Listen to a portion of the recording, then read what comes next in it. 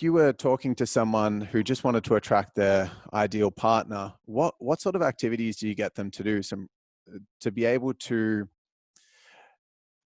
if they're to be able to figure out what their unhealthy patterns are, to Mm, then be able to mm, create some more, uh, I'd say, calmness or detachment, healthy detachment from being able to repeat these same kind of toxic patterns that then mm. play out in relationships in terms of who they attract or how they behave in those relationships.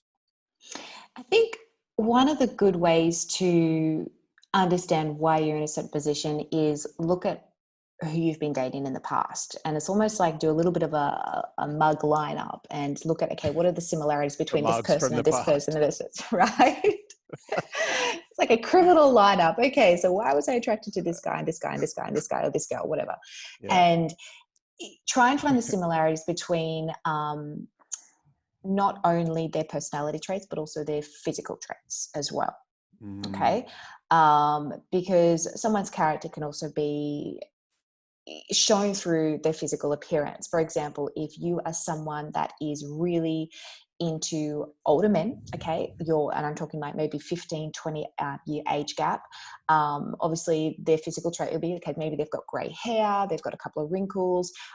Why is it there? Maybe it's because you were abandoned by your own father, okay? And so, you have this sense of abandonment issues, and so you're looking for this father figure to be able to replace that. It's something that it takes self-reflection, obviously, and I think it takes education. I think a lot of people are out there and they're dating and they recognize, okay, well, there's some sort of pattern going on here. I'm obviously dating people that can't commit, or I'm dating narcissists, or I'm self-sabotaging, right? I'm pushing away the people that I know are actually good for me. What you mm, have to look at the why. And it was always, okay, why is this happening? Why am I in this position? Now, the why doesn't necessarily mean that you need to dissect yourself in order to be able to receive love. And one of the frustrating things is I get a lot of women who come to me and they're like, I've seen therapists for years, I've seen psychologists for years. I even coach now psychologists and therapists myself. mm, And they're just like, dissect, dissect, dissect. What do I need to change about me to be able to be worthy of love? What do I need to do to be able to receive love? And if mm. you become so focused on feeling that you have to cure yourself in order to be able to receive love, you've missed the whole point in the first Yes. place. I personally believe, as a Christian woman, that love is there for you. You've been created to receive love and give love. It's just a matter of Mm, stepping into that. Now, obviously, there's some level of accountability. We need to make sure that we're meeting heart to heart, not wound to wound. And meeting wound to wound is not being aware of who you are and also not being aware of what is fundamental to attracting and building a healthy relationship. People have been given access to dates and they've confused access to dates with access to love. And so they're going on there, they're on Tinder, they're on, all these different dating apps, and they're just like, yeah, yeah, yeah, I'll swap, why haven't I still found love?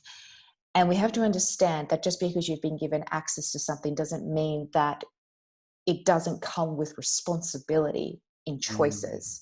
So going, okay, I want to go out there and date someone. I'm attracted to tall, dark, handsome men who like motorbikes and are a bit of an alpha male. He's not always available. So I love the chase. I love the drama. Why do I like this? And this is where it comes and goes, okay, well, do you realize if you go down this path, this is the consequence of this? If you go down this path, this is the consequence of this. And it's almost like Mm. we have to learn to fall in love with what and who is good for us, which takes discipline. And it also takes a little bit of rewiring our brain. Now, the way that we do that is we don't obviously force ourselves to go, well, I'll just settle for commitment over chemistry, but understanding, okay, why do I feel this pull to someone that I know is emotionally unavailable? Mm. Is it because, okay, maybe I never had a father that was available to me, so I've always feel that I have to try and win or prove or achieve or Yeah. perform for somebody's love? Obviously, okay, that's not healthy. Right. I've got the understanding of the why. I don't necessarily need to dissect it even further. What I need to Yes. do is put actions into place that help rewire my brain to say, no, no, no, this is what real love is. This is how a healthy love should be. And that might be Mm, something as simple as getting out of your comfort zone and saying yes to someone that you wouldn't normally say yes to, mm, because you're now basing it not necessarily an attraction or chemical, physical attraction straight away. You're basing it on character. You're basing it on, yeah. hey, this guy was actually a gentleman. He actually called in advance instead of just leaving me hanging. I might get to know him more. And Yes. giving yourself a chance. I'm not saying you have to force feelings. There still needs to be attraction there and Yeah. chemistry there. It is a fundamental. However, I think you have to look beyond just that, because you can't just always rely on, well, I'm attracted to this, therefore that's all I can have because that's all I want. You Yeah. know, it has to See, be this something is more than easy for you to say when you and Stan are the hottest couple on the planet. that. Look, well, I went through a lot of crap to get that. Funny enough, I'm just joking. when you talk about divine connection, I also believe that if you have a desire in your heart, that desire is an indication of what is meant to be fulfilled.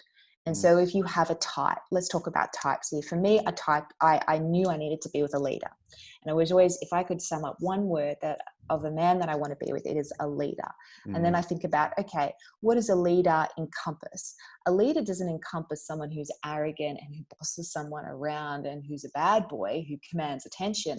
A leader is someone who has a strong sense of identity. A leader is someone mm. who's able to adapt. A leader is someone who's able to grow. A leader has a sense of kindness in them.